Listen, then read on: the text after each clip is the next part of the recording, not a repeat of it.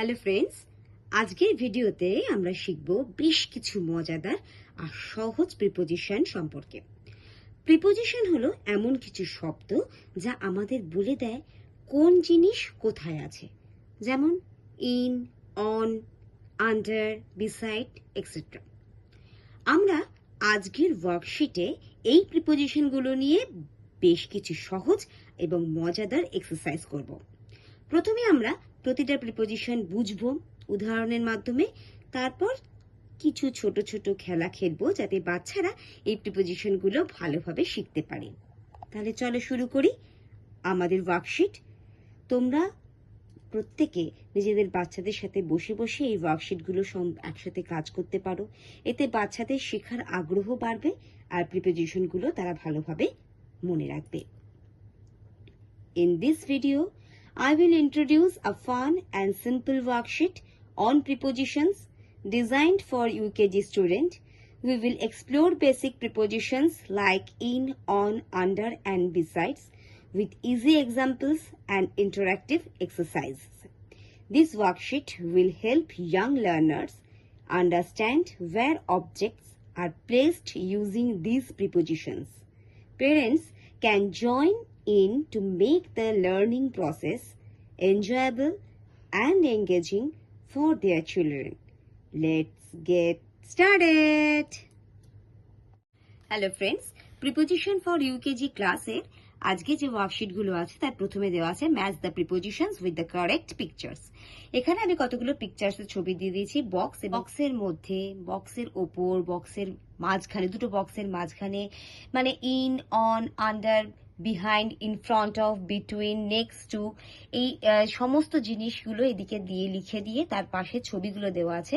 বাচ্চাদের এগুলো কি করতে হবে, ম্যাচিং করতে হবে। যেমন এখানে যেমন বিটুইন, এই দুটো বক্সে বাচ্চাদের তুমি বলে দিলে যে দুটো বক্স থেকে তার মাঝে একটা বল করে দিলে, দিয়ে বলে বিটুইন মানে আমরা জানি যে দুটো বক্সের মাঝে যেটা থাকে তাকে বলা হয় বিটুইন।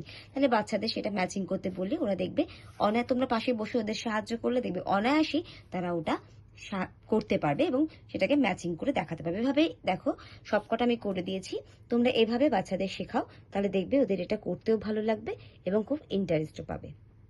নেক্সট যে আমার ফিল ইন দি ব্ল্যাঙ্কস ওয়ার্কশিটটা আছে সেটা দেখো। Fill in the blanks with the correct preposition. Correct preposition use করে আমরা এই ফিল আপটা তৈরি করব। The cat is dash the table, the ball is dash the box, the picture is hanging dash the wall, dog is sitting dash the chair, the toy is dash the bed. তাহলে আমি উত্তরগুলো দেখো এখানে answer দিয়ে দিয়েছি। কি লেখা হবে প্রথমটা? the cat is, first number হচ্ছে under the table, the ball is in the box, the picture is hanging on the wall, the dog is sitting next to the chair, the toy is under the bed. এভাবে তোমরা আগে প্রশ্নগুলো ওদের লিখে দেবে, তারপর ওদের সেটাকে তৈরি করতে বলবে, নিজে থেকে চেষ্টা করতে বলবে যে এটা কিভাবে হবে বা কি কি উত্তর হবে। সেটা যদি ওরা আগে গেস করবে, তারপর তোমরা তাকে সাহায্য করবে যে এই অ্যান্সারগুলো দিয়ে বলে, যদি তার ভুল হয় তাহলে সেটা শিখিয়ে দেবে বা বলে দেবে। দেখবে এইরকম জাতীয় তোমরা যদি ফিল ইন দি ব্ল্যাঙ্কস ওদের দাও, প্র্যাকটিস করাও বারবার ওয়ার্কশিটগুলো, তাহলে ভবিষ্যতে প্রিপোজিশনের যে চিন্তাটা অনেকটাই ওদের কমে যাবে। নেক্সট দেখো, complete the sentences with the correct preposition. এখানে ওই একই রকম প্রিপোজিশন আমি আর একটা ফিল ইন দি ব্ল্যাঙ্কস দিয়েছি কারেক্ট প্রিপোজিশন ইউজ করে, কেননা যত বেশি আমরা এইভাবে প্র্যাকটিস করাবো নানান রকম ভাবে প্রিপোজিশনকে, তত বেশি ওদের ডেপথটা তৈরি হবে। The sun is shining dash the sky, in the sky. The book is dash the shelf, on the shelf. The chair is dash the table, next to the table. ঠিক আছে, দেখি পরেরটা কি আছে। Draw a picture of your favourite toy. তোমাদের favourite টয়ের একটা picture draw করতে বলবে বাচ্চাদের, and write a sentence using a preposition. সেই টয় দিয়ে প্রিপোজিশন ইউজ করে একটা সেন্টেন্স, জাস্ট একটা সেন্টেন্স। যেমন ইউকেজি বাচ্চাদের আস্তে আস্তে সেন্টেন্স মেকিংটাও সিলেবাসে থাকে। তাহলে সেভাবে আমরা যদি একটা ছবি এঁকে সেটা প্রিপোজিশন দিয়েই একটা সেন্টেন্স লিখতে দিই বা শেখাই ওদের, তাহলে কি হবে, তারা সেন্টেন্সটাও ভালো করে শিখতে পারলো, ছবি আঁকতেও পারলো, আর ভীষণ ইন্টারেস্টের সঙ্গে জিনিসটা করতেও পারলো। তো সেক্ষেত্রে একটা টয়ের ছবি আমি একটা বক্স কিনে দেবে, এঁকে দেবে, সেখানে ওদের আর যে কোনো ওদের ফেভারিট টয়, বল হতে পারে বা কোনো টেডি বিয়ার হতে পারে বা যা খুশি, সে ডল সেরকম এঁকে নিলে, তারপরে ধরো আমি একটা টয়ের নাম এখানে উল্লেখ করে দেবে, আমি এখানে করিনি, খালি লিখেছি my toy is under the bed. তোমরা করতে পারো the toy, my toy is under the box, কোনো বক্সের নিচে এরকম লিখতে পারো, বা অন্যান্য প্রিপোজিশন ইউজ করে তোমরা এই সুন্দর এই জিনিসটাকে, ওয়ার্কশিটটাকে প্র্যাকটিস করাতে পারো বাচ্চাদের। নেক্সট দেখো বন্ধুরা, নেক্সট যে টপিকটা আমি করেছি, সার্কেল দ্য প্রিপোজিশন। প্রিপোজিশন তো আমরা বাচ্চাদের ফিল ইন দি ব্ল্যাঙ্কসে লেখালাম, ঠিক কথাই। এবারে একটা করে সেন্টেন্স দিয়ে দিয়েছি, এবার তার মধ্যে থেকে যেটা প্রিপোজিশন সেটাকে বাচ্চাদের আইডেন্টিফাই করতে হবে। তাহলে কি হলো, ওরা প্রিপোজিশনটা এমনি তো পড়ে গেল, preposition in, on, beside, under, এগুলো তো পড়লো, কিন্তু যখন সেন্টেন্সের মধ্যে থেকে ওদের তো যখন সিলেক্ট করতে দেওয়া হবে, তখন সেটা ভালো করে সেন্টেন্সটা তারা পড়বে, চিৎকার করে, মানে তাদের বলবে যে যে সেন্টেন্সটা আছে সেটা লাউডলি পড়তে। তাহলে পড়ার সাথে সাথে তাদের রিডিং প্র্যাকটিস হলো, তার সঙ্গে সেন্টেন্সে কিভাবে প্রিপোজিশন ইউজ হয় সেটা তারা শিখতে পারলো, আর তার মধ্যে থেকে প্রিপোজিশন কিভাবে তারা সিলেক্ট করলো, তাকে সার্কেল করলো, সেটাও তারা ভালোভাবে শিখতে পারলো। তাহলে দেখো কি লেখা আছে প্রথমে, the cat is on the mat. তাহলে আমি এখানে কি করব, অনে অবশ্যই সার্কেল করব। The ball is in the box, আমরা জানি দ্য বল ইজ ইন, এটা প্রিপোজিশন, ইনে আমি সার্কেল করলাম the box. The cap is beside that plate, তাহলে বিসাইড হচ্ছে একটা প্রিপোজিশন, সেখানে আমরা the cup is beside the plate, তাহলে বিসাইডটাকে আমি সার্কেল করলাম। The dog is under the chair, তাহলে আন্ডারটা একটা প্রিপোজিশন, একেও আমি এখানে সার্কেল করলাম। আমি এখানে ছবি আঁকিনি, তোমরা এই সেন্টেন্সের পাশে যদি মনে করো তাহলে কোনো কিছু ছবি আঁকতে পারো। ছবি এঁকে বাচ্চাদের যদি বোঝাও তাহলে সেটা বুঝতেও সুবিধা হবে, আর সাথে সাথে তারা প্রিপোজিশনটাকে আইডেন্টিফাইও করতে পারবে। একটা জিনিস বন্ধুরা, যত বেশি তারা প্রিপোজিশন পড়বে, প্রিপোজিশনের ওয়ার্কশিট করবে, দেখো প্রিপোজিশনটা পরবর্তীকালেও কিন্তু ওদের বিভিন্ন রকম ভাবে কাজে লাগবে গ্রামারের ক্ষেত্রে। তো যদি এই বেসটা আমরা প্রথম থেকে তৈরি করে ফেলতে পারি, তাহলে দেখবে যে ওদের এগুলো বুঝতে বা করতে বা দেখে আইডেন্টিফাই করতে কোনো অসুবিধা হবে না। আমার একটা আগের ভিডিওতে আমি প্রিপোজিশন সম্পর্কে বেশ কিছু তথ্য বাংলা এবং ইংলিশে উল্লেখ করে রেখেছি ভিডিওতে, তোমরা অবশ্যই ভিডিওটা দেখো। দেখো বন্ধুরা, যে ওয়ার্কশিটটা সেটা হলো circle the correct word in each sentence. এখানে আমি একটা পিকচার ড্র করেছি, ঠিক আছে। পিকচারটাতে কি আছে, একটা জানলা আছে, তার এখানে পর্দা দেওয়া আছে, দুদিকে দুটো টেবিল আছে, একটা টেবিলের উপরে অনেকগুলো ফ্লাওয়ার রাখা আছে, ফ্লাওয়ার ভাস বা ফ্লাওয়ার রাখা আছে, প্ল্যান্টও বলা যেতে পারে, আর এখানে রয়েছে একটা ল্যাম্প, আর টেবিল ল্যাম্প, আর একটা এখানে রয়েছে টেবিল ল্যাম্প আর একটা পিকচার ফ্রেম। এইখানে একটা সোফা রয়েছে, তার সামনে একটা কফি টেবিল, আর নিচে একটা কার্পেট বা রাগ রয়েছে। তাহলে এবারে আমরা এই ছবিটা দেখে কোন কোন জিনিস কোন কোন জিনিসের ওপরে মানে আছে, কোন অবস্থান করছে, ঠিক সেই জিনিসগুলো কোন জিনিসের ওপরে অবস্থান করছে, প্লেসটা কোথায়, সেটা দেখে আমরা প্রিপোজিশন বার করব আর ওয়ার্কশিটটা তৈরি করব। তো চলো আরম্ভ করি। প্রথম যে কোয়েশ্চেনটা আছে দেখো, the lamp is on under in, এর মধ্যে যেটা হবে ল্যাম্পটা টেবিলের কোথায় রয়েছে, কোন পজিশনে রয়েছে, সেটা যেটা হবে বাচ্চাদের দেখাতে বলবে, তারপরে সেটাকে সার্কেল করতে বলবে। আমরা প্রথম ওয়ার্কশিটে যেভাবে বক্সের মধ্যে, বক্সের সাইডে, বক্সের ওপরে বলের যে ছবি দেখে বাচ্চাদের প্রিপোজিশনগুলো শিখিয়েছিলাম, এটা কিন্তু সেই জিনিসটা করতে অনেকটাই সাহায্য করবে বাচ্চাদের। ফলে আমরা আগে বেসিকটা খুব ভালো করে তৈরি করে নেব, তারপরে যখনই সোজা করে বেসিকটা ওদের ভালোভাবে জ্ঞানটা চলে আসবে, তারপরে ওরা এই যে পিকচারটা দেখে কোন জিনিসটা কোন জিনিসের ওপরে বা নিচে বা আন্ডারে বা বিহাইন্ডে রয়েছে, সেগুলো অনায়াসেই ওরা আইডেন্টিফাই করতে পারবে। তাহলে এরপর আমি উত্তরটা পরে তোমাদের আবার দেখাচ্ছি। এর পরের কোয়েশ্চেনটা দেখো, the picture frame is on under next to the lamp. Picture যে ফ্রেমটা সেটা কোথায় রয়েছে, টেবিল ল্যাম্পের অনে আছে, আন্ডারে আছে, না নেক্সট টু আছে।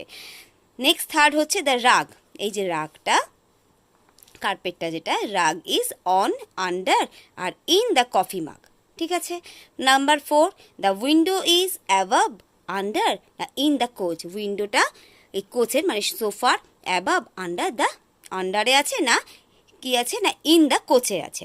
দ্য প্ল্যান্ট ইজ, এই যে গাছগুলো বা ছোটো ছোটো ফুল গাছের যে চারাগুলো সেগুলো, the plant is on, under, next to the table. ঠিক কোথায় আছে? অন আছে, আন্ডার আছে না নেক্সট টু দ্য টেবিলের মধ্যে আছে, এটা এখান থেকে বার করতে হবে, বাচ্চাদের আইডেন্টিফাই করতে হবে এবং সার্কেল করতে হবে। The couch is on, between, in the tables. তাহলে এই কোচটা মানে এই সোফাটা অন, বিটুইন না অন, বিটুইন বা ইন, কোন টেবিলসের ঠিক কোন পজিশানে আছে সেটা বার করতে হবে। এখানে একটা জিনিস তুমি বাচ্চাদের ভালো করে আইডেন্টিফাই করতে বলবে, এখানে কিন্তু টেবিল লেখা নেই, একটা টেবিল লেখা নেই, কী আছে টেবিলস এস। তাহলে এই অংশটা যদি ওরা ভালো করে বোঝে, একটা টেবিল হলে ওয়ান আর একের বেশি টেবিল হলে ওয়ান্স, তাহলে ওয়ান আর মেনি এই কনসেপ্টটা যেমন ওদের ক্লিয়ার হয়ে যাচ্ছে, তেমনি এই যে ভালো করে টেবিলসটা পড়লে ওরা বুঝতে পারবে যে দুটো টেবিলের ঠিক মাঝখানে বিটুইনে যে সোফাটা আছে, দেখো দুটো টেবিল তার ঠিক মাঝখানে কিন্তু এই সোফাটা আছে। তাহলে এই জিনিসটা বুঝে গেলে, মেনি টেবিলটা বুঝলে, তাহলে অনায়াসে তারা বুঝতে পারবে যে সোফাটা ঠিক কোন পজিশানে রয়েছে, দুটো টেবিলের ঠিক কোন পজিশানে সোফাটা আছে সেটা ওরা বুঝতে পারবে। আর লাস্ট যে অপশানটা আছে, the couch is behind, in, on the coffee table. ঠিক কোচটা কফি টেবিলের ঠিক কোন দিকে আছে, বিহাইন্ড, ইন না অন দ্য কফি টেবিল। এবারে আমি উত্তরগুলো তোমাদের আস্তে আস্তে বোঝাচ্ছি। প্রথমে দেখো কি লেখা আছে, the lamp is on, under, in the table. ল্যাম্পটা ঠিক কোথায় আছে না, ল্যাম্প হচ্ছে on the table, the lamp is on. তাহলে অনে বাচ্চারা সার্কেল করবে the table. The picture frame is, picture ফ্রেমটা ঠিক কাছে কোথায় রয়েছে, অন, আন্ডার না নেক্সট টু, নিশ্চয়ই আন্ডার হবে না, তাহলে দ্য পিকচার ফ্রেমটা ল্যাম্পের ঠিক কোথায় আছে, next to, the picture frame is next to the lamp, তাই তো। নেক্সট হচ্ছে কি, the rug is on, under, in the coffee table. Coffee table এইটা তার ঠিক কোথায় আছে, অন আছে, আন্ডার আছে না ইন, অবশ্যই আন্ডার হবে, দেখো আন্ডার দ্য কফি টেবিল। তারপরের নাম্বারটা কি আছে, the window is above, under, in the coach. সোফার ঠিক বা এই কোচটার ঠিক কোথায় রয়েছে উইন্ডোটা, অবশ্যই অ্যাবভ হবে, the window is above the coach. তারপরে কি আছে, the plant is on, under, next to the table. Plant, এখানে কিন্তু টেবিলস নেই, একটা টেবিল, তাহলে ওয়ান টেবিল, তাহলে প্ল্যান্টটা কোথায় রয়েছে, অন, আন্ডার আর নেক্সট টু দ্য টেবিল। প্ল্যান্টটা কোথায় রয়েছে, অন, টেবিলের ওপরে রয়েছে প্ল্যান্টটা। দ্য কোচ ইজ, কোচটা কোথায় রয়েছে ঠিক কোন জায়গায়, অন, বিটুইন দ্য টেবিলস। আবার এখানে বলছি টেবিলস, বাচ্চাদের ভালো বলে এইটা আইডেন্টিফাই করাবে যে টেবিলস আছে কিন্তু নট টেবিল। তাহলে দেখা গেল যে দুটো টেবিল মানে আমরা টু টেবিলস, তার মানে টেবিল এস হবে, তাহলে এটা মেনি, এবং তারপরে এখানে আমরা কি করব, দুটোর মাঝখানে আছে মানে বিটুইন, তাহলে উত্তরটা হবে কি বিটুইন টু টেবিলস বা বিটুইন টেবিলস।